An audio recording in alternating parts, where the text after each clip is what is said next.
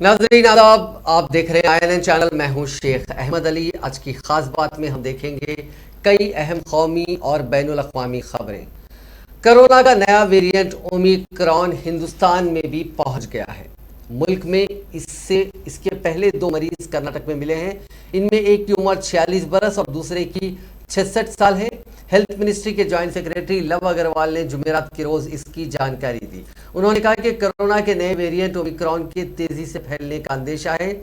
ये डेल्टा से 5 गुना तक ज्यादा इन्फेक्शियस हो सकता है। अब तक ओमिक्रॉन के 29 मुल्कों में 373 केसेस मिल चुके हैं। ICMR के DG बलराम भार्गव ने बताया कि वजारत सेहत की बनाई 37 लैब्स में मुतासरीन की जीनोम सीक्वेंसिंग की जा रही है। इनमें कर्नाटक के 2 सैंपल भी लाए गए थे जहां ओमिक्रॉन की तस्दीक हुई। बताया जा रहा है कि इन दोनों में से एक शख्स बैरूनी शहरी है, फॉरेनर है। ये 11 और 20 नवंबर को बेंगलुरु आए थे। उनके राब्ते में आए सभी लोगों की पहचान कर ली गई है और उनकी निगरानी की जा रही है। भार्गव ने कहा कि हमें घबराने की जरूरत नहीं है, लेकिन एहतियात बेहद जरूरी है। इससे मुतासिर सभी मामलों में अब तक हल्के अलामात पाए गए हैं। मुल्क और दुनिया भर में अब तक ऐसे सभी मामलों में कोई संगीन अलामात नोट नहीं किए गए हैं। वर्ल्ड हेल्थ ऑर्गेनाइजेशन इस पर स्टडी कर रहा है। अग्रवाल ने बताया कि 1 महीने से मुल्क में कोरोना के केसेस लगातार घट रहे हैं। तशवीश की बात यह है कि 15 जिलों में अब भी पॉजिटिविटी रेट 10% से ज्यादा है। 18 जिलों में यह रेट 5 से 10% बना हुआ है। केरल और महाराष्ट्र की 2 रियासतें हैं जहां 10,000 से ज्यादा एक्टिव केसेस हैं। मुल्क के 55% से ज्यादा केसेस यही हैं। उन्होंने बताया कि 49% आबादी को वैक्सीन के दोनों डोज लग चुके हैं। घर घर जाकर वैक्सीन लगाने की मुहिम शुरू हो चुकी है। मुल्क में अभी कोरोना के 99,763 एक्टिव केसेस हैं। पिछले 24 घंटों में 9,765 नए मामले सामने आए हैं।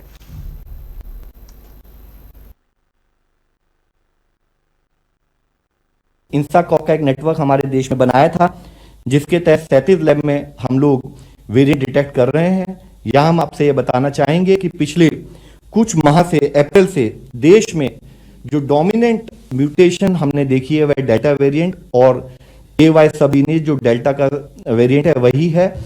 और पिछले 24 घंटे के अंदर हमारे देश में 2 ओमिक्रॉन वेरिएंट के केस हमारे इस नेटवर्क के द्वारा डिटेक्ट किए गए कर्नाटक में, जिसकी रिपोर्ट कल रात काफी लेट आई थी, जिसको हम आपके सामने रखना चाहेंगे।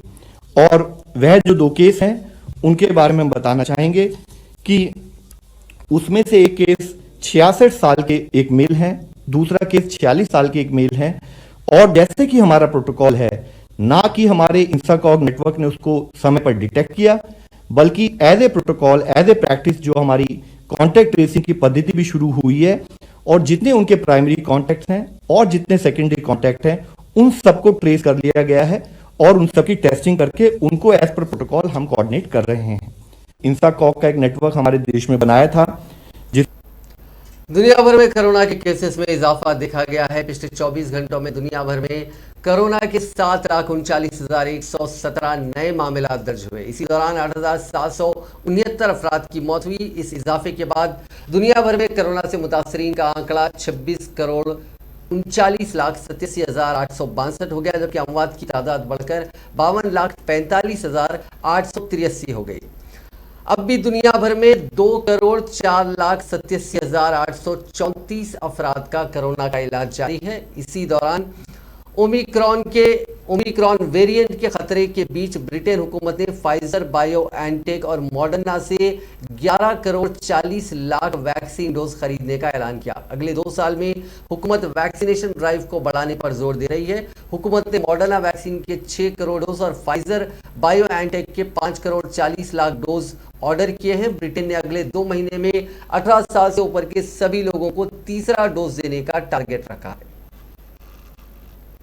अब बात पार्लियामेंट की। पार्लियामेंट के विंटर सेशन के चौथे दिन की शुरुआत भी हंगामेदार हुई। राज्यसभा के 12 MPs के मुअत्तली को लेकर अपोजिशन कायदीन ने राज्यसभा में हंगामा शुरू कर दिया। ये लोग मुअत्तली यानी सस्पेंशन को वापस लेने की मांग कर रहे थे। अपोजिशन के शोर शराबे के चलते राज्यसभा की कार्रवाई दोपहर 12 बजे तक के लिए मुलतवी की गई। 12 बजे के बाद राज्यसभा की कार्रवाई दोबारा शुरू हुई।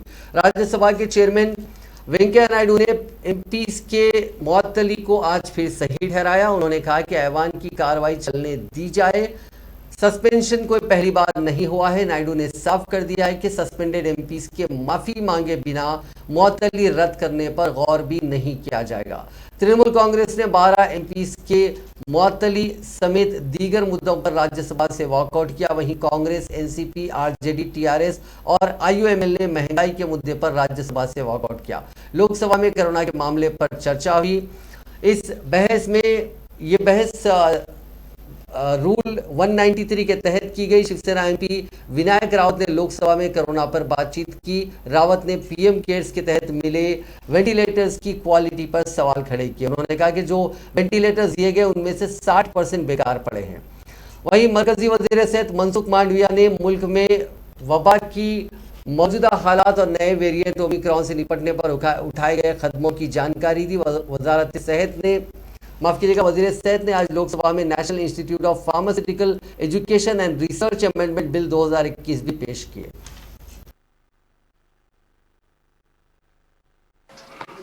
Honorable members, this is the fourth sitting of the first session of this August House in the 75th year of our hard-fought independence.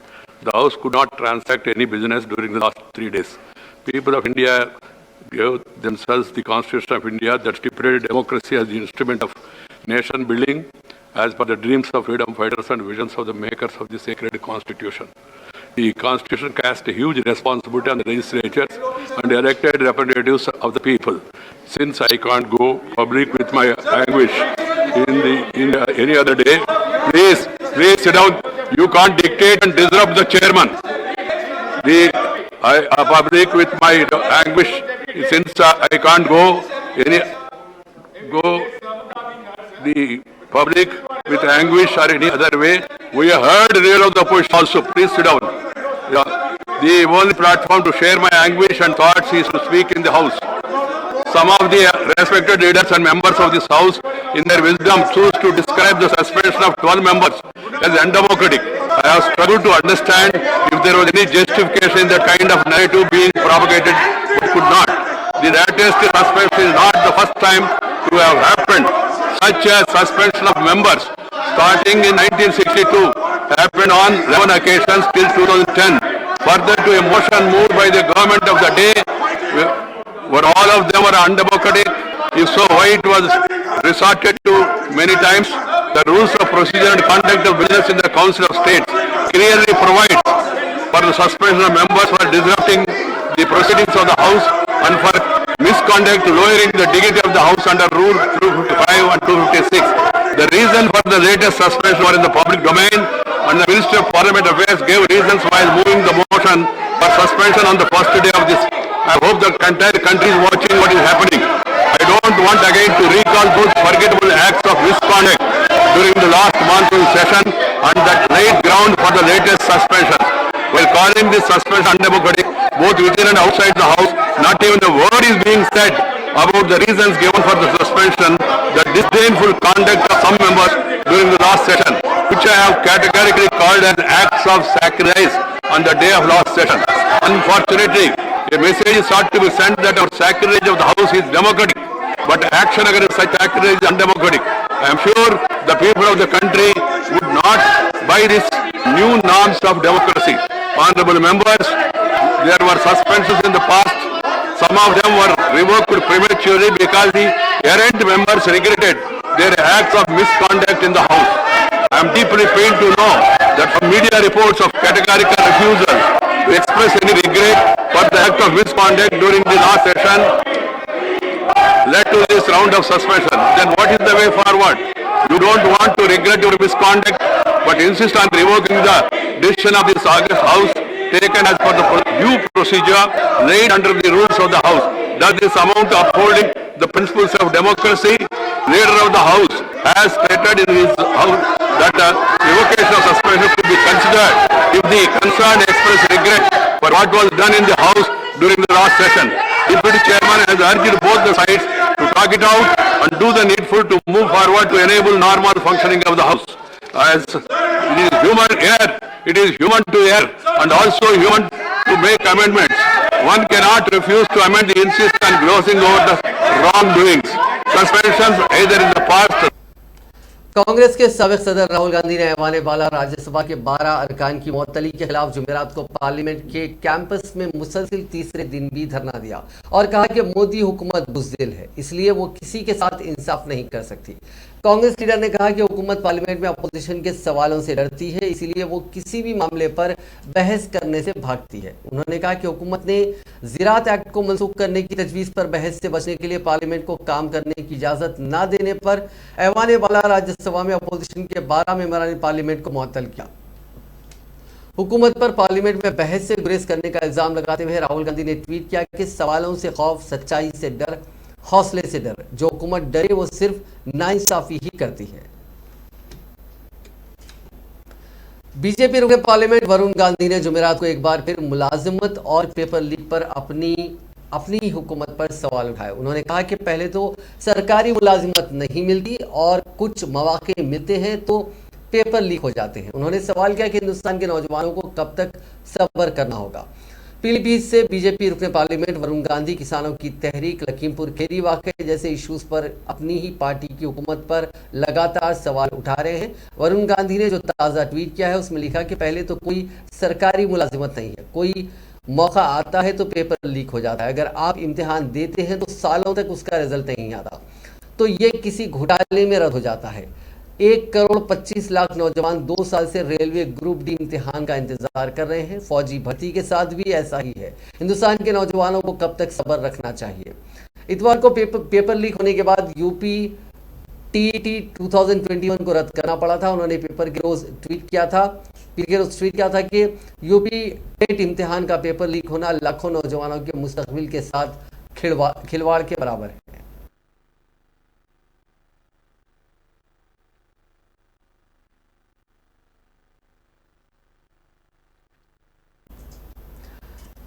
Congress की जनरल सेक्रेटरी प्रियंका गांधी वाड्रा ने आज मुरादाबाद में एक जलसे आम से खिताब करते हुए मरकज की मोदी हुकूमत को शदीद तनकीद का निशाना बनाया। प्रियंका गांधी ने उत्तर प्रदेश के इलेक्शन के इंतखाबी मुहिम के तौर पर इस जलसे आम से खिताब किया।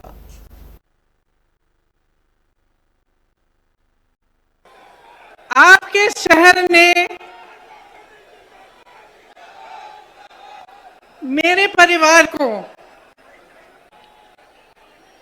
संरक्षण दिया, उनको खड़ा किया। बंटवारे के बाद मेरे ससुर जी के पिता अपने परिवार को लेकर मुरादाबाद आए। यहीं से उन्होंने अपना कारोबार शुरू किया। यहाँ के हुनर, यहाँ के लोगों की मदद से, उनकी अपनी मेहनत से उन्होंने अपना जीवन बनाया, अपने बच्चों का भविष्य बनाया। आज मुझे यहाँ आकर बहुत गर्व हो रहा है और मैं आप सबको भी यहाँ इस सभा में आप सबकी का भी स्वागत करना चाहती हूँ। मुरादाबाद देश विदेश में पीतल नगरी के नाम जाना जाता है। मुझे याद है शादी के वक्त एक खुशहाल शहर था, समृद्ध था, तेजी से आगे बढ़ रहा था। यहाँ उस समय हवाई अड्डे बनने की भी बात होती थी और शहर को विकसित करने की बहुत बातें होती थी।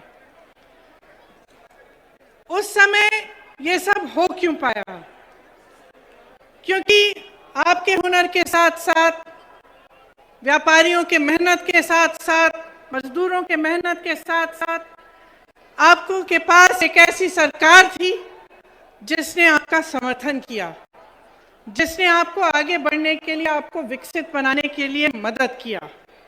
मुझे याद है उस समय एक्सपोर्ट प्रमोशन काउंसिल हैंडीक्राफ्ट के लिए बनी। एक्सपोर्टरों को ड्रॉबैक मिलते थे, ब्याज की सब्सिडी मिलती थी। राजीव गांधी जी, मेरे पिताजी ने कारोबारियों के लोन भी माफ किए, टैक्स में भी मदद होती थी। उस तरह से यहाँ का कारोबार बहुत बड़ा, आपका ये शहर फूला फला आगे बढ़ा। आपके शहर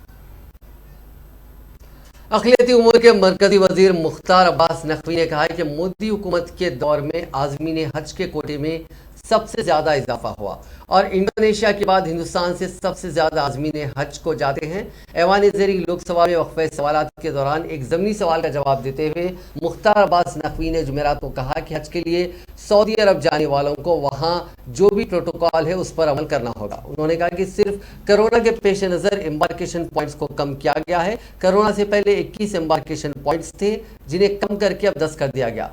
दरअसल इस बार हज 2022 के लिए 21 के बजाय 10 सफरी मकाम तय किए गए हैं, जिनमें अहमदाबाद, बेंगलुरु, कोची, दिल्ली, गुवाहाटी, हैदराबाद, कोलकाता, लखनऊ, मुंबई और श्रीनगर शामिल हैं। आदरणीय स्पीकर साहब, प्लीज सीटेड। माननीय बालू जी, जो कि हम लोग बहुत दिनों से एक दूसरे को जानते हैं और बहुत ही काबिल व्यक्ति हैं, मैं उनको जानकारी देना चाहता हूं और उनको जानकारी होगी भी कि इस पैंडेमिक पीरियड में पिछले 2 वर्षों से हज यात्रा नहीं हुई और इसी मोदी जी के शासनकाल में ही आपको भी मालूम होगा कि सबसे ज्यादा जो हज यात्रियों का कोटा है भारत का, वो इसी कार्यकाल में बढ़ा है। यानी कि हिंदुस्तान जो है इंडोनेशिया के बाद सबसे ज्यादा हज यात्रियों को भेजता है।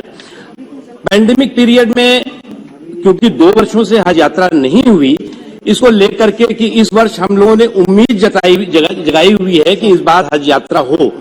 इस दृष्टि से तमाम जो वरिष्ठ अधिकारी हैं, तमाम जो एजेंसीज हैं, चाहे सिविल एविएशन हो, चाहे हेल्थ डिपार्टमेंट हो, चाहे होम डिपार्टमेंट हो, या और भी और जो सऊदी अरब की सरकार से संबंधित, तो हमें हज यात्रा करने के लिए हमें सऊदी अरब जाना है और इसलिए जो भी प्रोटोकॉल है उनकी सरकार का और उस देश का, उनकी सरकार का और उस देश का, उसे हमें पालन करना ही होगा। और इस दृष्टि से जो 21 एम्बार्केशन पॉइंट से उसकी जगह पर इस बार 10 एम्बार्केशन पॉइंट से भारत के हज यात्री जाएंगे। इसका मतलब ये नहीं है, इसका मतलब ये हम जो पैंडेमिक प्रोटोकॉल है उसके सम्मान में हमने किया है और उसके अनुपालन में किया है और हमारी इच्छा है कि हिंदुस्तान के सभी हज यात्री हज यात्रा पर जाएं। इलेक्शन स्ट्रैटेजिस्ट प्रशांत किशोर ने एक बार फिर से कांग्रेस को निशाने पर लिया है। किशोर ने ऑपोजिशन की कमान को लेकर कांग्रेस लीडरशिप पर सवाल उठाया है। किशोर ने कहा कि जो पार्टी पिछले 10 साल में 90% इंतखाबात हारी है, उसका ऑपोजिशन की सरबराही पर कोई डिवाइन कंट्रोल यानी कोई इख्तियार नहीं हो सकता। प्रशांत किशोर ने जुमेरात के रोज एक ट्वीट में लिखा कि कांग्रेस जिस आइडिया और स्पेस की रिप्रेजेंटेशन करती है वो एक मजबूत ऑपोजिशन के लिए काफ़ी अहम है, लेकिन ऑपोजिशन की क़यादत का फैसला जमहूरी तरीके से होने दें। वेस्ट बंगाल में हुए असेंबली इंतखाबात में प्रशांत किशोर ने ममता बनर्जी की इलेक्शन कैंपेन मैनेज की थी। उन इंतखाबात में ममता की जीत हुई थी। जीत के बाद सीएम ममता दिल्ली और मुंबई का दौरा कर पार्टी के एक्सपेंशन में लगी हुई है। पॉलिटिकल कमेंटेटर्स का कहना है कि ममता बनर्जी को ऑपोजिशन की कायद के तौर पर प्रोजेक्ट करने के लिए प्रशांत किशोर काम कर रहे हैं। वेस्ट बंगाल की वज़ीर आला ममता बनर्जी के यूपीए खत्म वाले बयान पर सियासत गर्मा गई है। ममता ने चारशंबे के रोज महाराष्ट्र में एनसीपी सरबराह शरद पवार से मुलाकात के बाद कहा था कि यूपीए खत्म हो गई है। राहुल गांधी पर भी तंज कसते हुए उन्होंने कहा था कि कोई बैरून मुल्क में रहता है, कुछ करता नहीं है तो कैसे चलेगा। अब कांग्रेस के सीनियर कायद कपिल सिब्बल ने यूपीए में कांग्रेस की जरूरत को लेकर बड़ा बयान दिया। उन्होंने कहा कि कांग्रेस के बिना यूपीए ऐसा है जैसे बिना रूह के जिस्म। ममता बनर्जी के बयान पर उन्होंने कहा कि यही वक्त है जब ऑपोजिशन को अपनी यूनिटी दिखानी चाहिए। महाराष्ट्र के सीनियर कायद बाला साहेब थोराट ने भी ममता बनर्जी के बयान पर एतराज जाहिर किया। उन्होंने कहा कि कांग्रेस ने बीजेपी की नाइंसाफी के खिलाफ जो लड़ाई शुरू की है उससे पूरा मुल्क जानता है। राहुल गांधी पर तनकीद करके कोई भी पार्टी बीजेपी के खिलाफ लड़ाई नहीं लड़ सकती। अगर कोई पार्टी अपने फायदे और अपने शख्सी फायदे को देखकर ऐसा करती है तो उसे ऐसा नहीं करना चाहिए। ये मुल्क में कांग्रेस पार्टी ही एक वाहिद ऑप्शन है।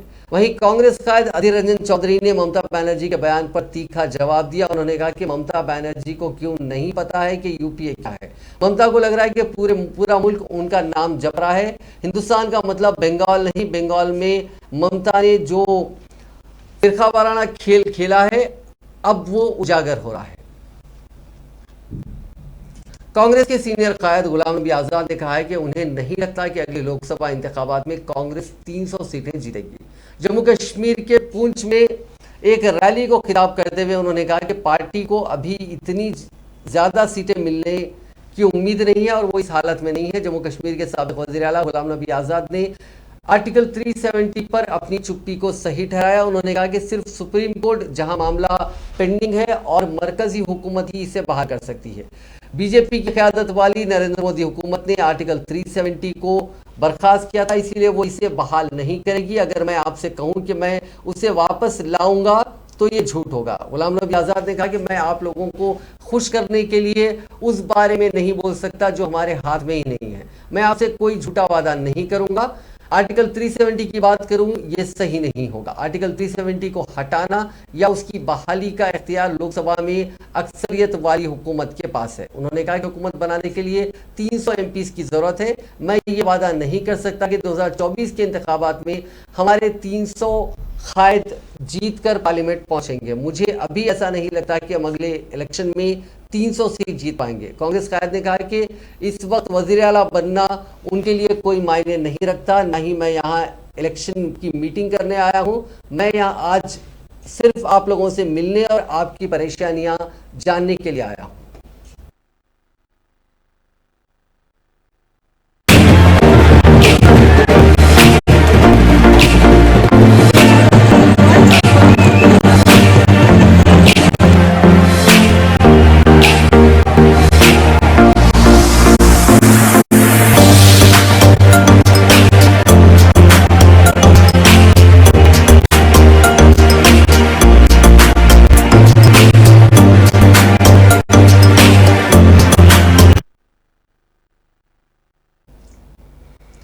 सुप्रीम कोर्ट ने जुमेरात के रोज कौमी राजधानी दिल्ली में शदीद फिजाई आलूदगी के मामले में मरकजी और रियासती हुकूमतों को आड़े हाथों लेते हुए इस बात पर तशवीश जाहिर की कि हवा के मियार को बेहतर बनाने के लिए ज़मीन पर कुछ नहीं हो रहा है। अदालत उज़्मा ने हवा के मियार के इंतजाम के लिए कमीशन की मौजूदगी की इफादियत पर सवाल उठाया। बेंच ने कहा कि मुख्तलिफ महकमों के लोग इसमें मुलविस हैं और ऐसा लगता है कि उनमें फैसले को नाफिज करने की ताकत नहीं है। अदालत ने हुकूमत को फिजाई आलूदगी पर काबू पाने के लिए ठोस इक़दाम करने के लिए 24 घंटे का वक्त दिया है। Chief justice N V Ramana की सरबराही वाली और जस्टिस डी.वाई. चंद्रचूड़ और जस्टिस सूर्यकांत की बेंच ने मरकज़ की नुमाइंदगी करने वाले सॉलिसिटर जनरल तुषार मेहता से कहा कि हंगामी सूरत हाल में हंगामी इक़दाम की ज़रूरत है।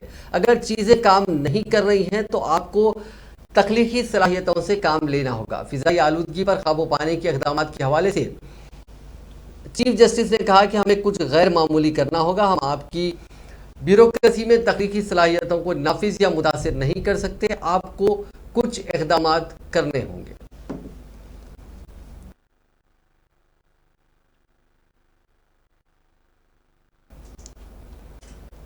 आम आदमी पार्टी के कन्वीनर अरविंद केजरीवाल जुमेरात के रोज पंजाब दौरे पर पठानकोट पहुंचे। यहां उन्होंने पहले तिरंगा यात्रा निकाली। केजरीवाल ने कहा कि इतने तिरंगे देख उन्हें अन्ना आंदोलन की याद आ गई। इसके बाद पंजाब में चौथी गारंटी में पंजाब में पैदा होने वाले हर बच्चे को मुफ्त तालीम देने का ऐलान किया। इसके अलावा सभी टीचरों को पक्की नौकरी देने की भी बात की।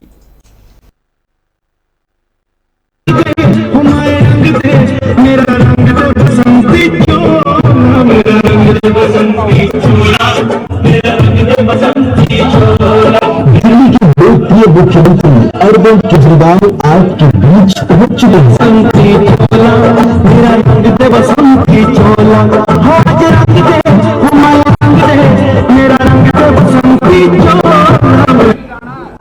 दिल्ली के लोकप्रिय मुख्यमंत्री अरविंद केजरीवाल आज के बीच पहुंच चुके हैं।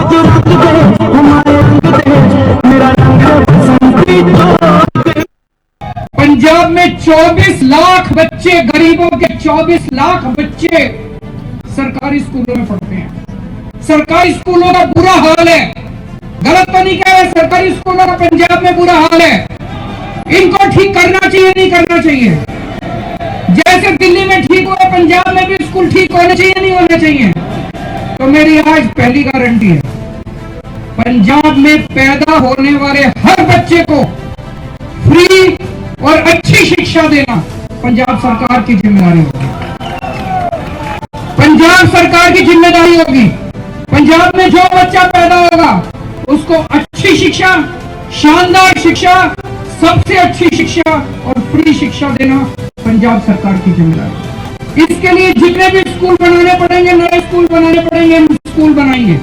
हमारे टीचर, पंजाब के टीचर बहुत दुखी हैं, बहुत अच्छा काम कर रहे हैं वो लोग। अभी मनीष जिस स्कूल में गए थे, 5 क्लास को एक टीचर पढ़ा रहा है 6,000 रुपए में, अपनी जेब से पैसा खर्च करके स्कूल चला रहा है। इतने अच्छे टीचर कहाँ मिलेंगे? उन टीचरों को पक्का किया जाएगा, बेचारे कच्चे घूम रहे हैं। उनको अच्छी तनख्वाह देंगे, इज्जत देंगे, इज्जत वाली तनख्वाह देंगे और उनके सारे मसले हल किए जाएंगे। तो एक गारंटी आज मेरी कि पंजाब में दिल्ली की तरह शानदार शिक्षा करें। बे ऑफ बंगाल में बने डीप डिप्रेशन की वजह से जवाद साइक्लोन बन रहा है। महकमे मौसमियात के मुताबिक ये तूफान हफ्ते की सुबह आंध्र प्रदेश और उड़ीसा के साहिली इलाकों में पहुंच सकता है। इसे देखते हुए उड़ीसा समेत सभी साहिली इलाकों में तेज हवाओं के साथ भारी बारिश का इंतबाह जारी किया गया है। जवाद तूफान से निपटने की तैयारियों के मद्देनजर वजीर आजम नरेंद्र मोदी ने जुमेरात की रोज एक रिव्यू मीटिंग की। मीटिंग में cabinet secretary Rajiv Gauba, national security adviser Ajit Doval समेत कई सीनियर ओहदेदार भी मौजूद थे। इसे लेकर रियासती हुकूमतें अलर्ट मोड पर हैं। वजीर आजम की मीटिंग के बाद एनडीआरएफ ने 33 और टीमों को भी तैनात किया है। इंडिया के मिशन ओलंपिक सेल एमओसी में 7 साबिक एथलीटों को रुकन बनाया गया है। इसका ऐलान वजीर स्पोर्ट्स अनुराग ठाकुर ने किया है। इनमें Bhaichung Bhutia football, Anju Bobby George athlete, Sardar Singh hockey, Anjali Bhagwat shooting, Viren Rasquinha hockey, Monalisa Barua table tennis और तृप्ति मुरुंगदेव बैडमिंटन शामिल है। मरकजी वजीर अनुराग ठाकुर ने जुमेरात को ट्वीट करके इसकी इत्तला दी। उन्होंने कहा कि इन खिलाड़ियों का तजुर्बा एथलेटिक्स को आगे ले जाने में अहम रोल निभाएगा। बता दें कि 2016 में मिशन ओलंपिक सेल बनाया गया था। इसके जरिए एथलेटिक्स को ट्रेनिंग, बोर्डिंग और लॉजिंग का इंतजाम किया जाता है। खिलाड़ियों को बेहतर बनाने के लिए उन्हें बैरून मुल्क भेजा जाता है। पिछले साल बजरंग पुनिया को भी इसी मिशन के तहत बैरून मुल्क भेजा गया था। इंडिया का साउथ अफ्रीका दौरा कोरोना वायरस के नए वेरिएंट ओमिक्रॉन के चलते खटाई में पड़ता नजर आ रहा है। जराये के मुताबिक बोर्ड इस दौरे को 1 हफ्ते के लिए टाल सकता है। हालांकि अभी तक इस बारे में कोई ऑफिशियली इसका ऐलान नहीं किया गया। इस बीच Indian cricket captain Virat Kohli का भी इस दौरे को लेकर बयान सामने आया। कोहली का कहना है कि साउथ अफ्रीका के दौरे को लेकर अगले कुछ दिन में तस्वीर साफ होने की उम्मीद है। इंडियन कैप्टन ने मुंबई में न्यूजीलैंड के खिलाफ दूसरे टेस्ट से पहले हुई प्रेस कॉन्फ्रेंस के दौरान कहा कि हम बीसीसीआई से बात कर रहे हैं, हमें और क्लैरिटी की जरूरत है और उम्मीद है कि अगले कुछ दिन में तस्वीर साफ हो जाएगी। I take a lot of pride in doing that. Yes, not all the time will you have phases where you bat the same way, and you have to understand and accept that in a long career span. So it's all about putting in the hard yards, working hard on your game, staying very balanced, staying in a space where you understand that you are progressing in the right direction, and then web series Mirzapur में मुन्ना भैया के खास दोस्त ललित का किरदार निभा चुके ब्रह्मा मिश्रा की मौत हो गई। ब्रह्मा को 29 नवंबर को चेस्ट पेन की शिकायत के बाद डॉक्टर ने गैस की दवा देकर घर भेज दिया था, लेकिन घर पर उन्हें दिल का दौरा पड़ा और उनका इंतकाल हो गया। दर्दनाक बात यह है कि उनकी लाश 3 दिन तक यारी रोड वर्सोवा मुंबई के घर में बाथरूम में पड़ी रही। फिलहाल मुंबई पुलिस उनकी बॉडी का पोस्टमार्टम करा रही है ताकि मौत के सही वक्त का पता और इसकी वजूहात का पता लगाया जा सके। ब्रह्मा का इस खानदान के करीबी ने मीडिया को बताया कि उनका फ़ोन 29 तारीख को बंद हुआ था। जब 2 दिन तक फ़ोन चालू नहीं हुआ तो भाई संदीप ने उनके एक और दोस्त से रब्त पैदा किया। अल्टीमेटली जब उनके घर पहुंचे तो उनकी लाश वहां बाथरूम में पाई गई। नाजरीन, आज की खास बात में बस इतना ही। आपसे कल मुलाकात होगी नई खबरों के साथ, नए एनालिसिस के साथ। फिलहाल लीजिए इजाजत, खुदा हाफिज।